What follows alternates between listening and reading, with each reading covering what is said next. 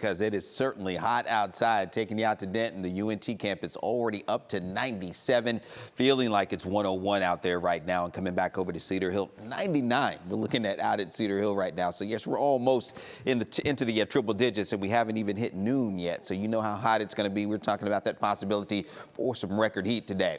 Air quality alert, we do have that in effect today as well. So as we get into the afternoon hours here for today, if you're sensitive to those ozone levels, just keep that in mind. Those could become unhealthy a little bit later today.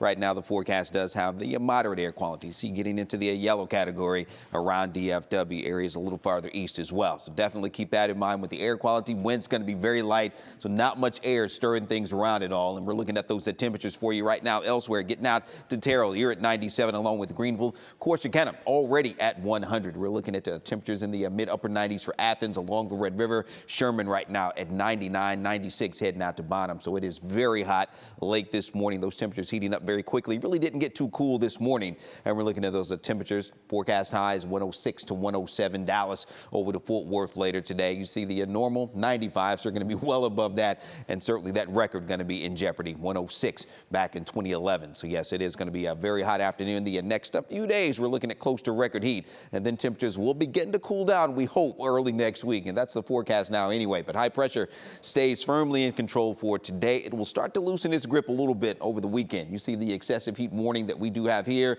in North Texas, extending all the way down to Austin, over toward Houston, out toward Jackson, New Orleans, up toward Memphis as well. Looking at the excessive heat warnings for today. And you can see how far north that extends up toward St. Louis, Chicago, over toward Omaha there in Nebraska. So yes, it is going to stay quite hot for a large part of the middle of the country. But then as the area of high pressure begins to loosen its grip as we head toward the weekend, early next week, that's going to allow a front to work its way down toward the Red River late in the weekend, early next week. We're looking at the front moving over the Red River sometime maybe after midnight, heading into the early part of Monday.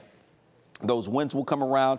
Rain chances aren't great, but we bumped them up a little bit as we head toward a Monday, especially a Monday afternoon and evening. Scattered showers and thunderstorms. Those winds will come around out of the north, and that will give us a much needed break from the triple-digit temperatures it looks like for us for a couple of days next week, and some rain chances as well as we get into Monday. So we'll keep our fingers crossed for that. Now, we are going to be monitoring what's happening out in the tropics. We do have Franklin still out there, three more disturbances that we're watching, and this one could get out in the Gulf of Mexico as we get into the early part of next week as well. So you see that does have a 40% chance for some formation with that one as we head into the next 7 days there. So we'll be watching that system as well. So things quite active out there in the tropics. All right, here's what it looks like with that 10-day forecast for us. 106 to 107 today and tomorrow. So you see those record highs as they stand now over the weekend. We're going to be around 105 to 106 on Saturday and Sunday. And we'll have about a 30% coverage with those showers and thunderstorms as we get into Monday. So we'll keep our fingers crossed for that, maybe bumping the rain chances up a little bit, and see those temperatures, they start to come down some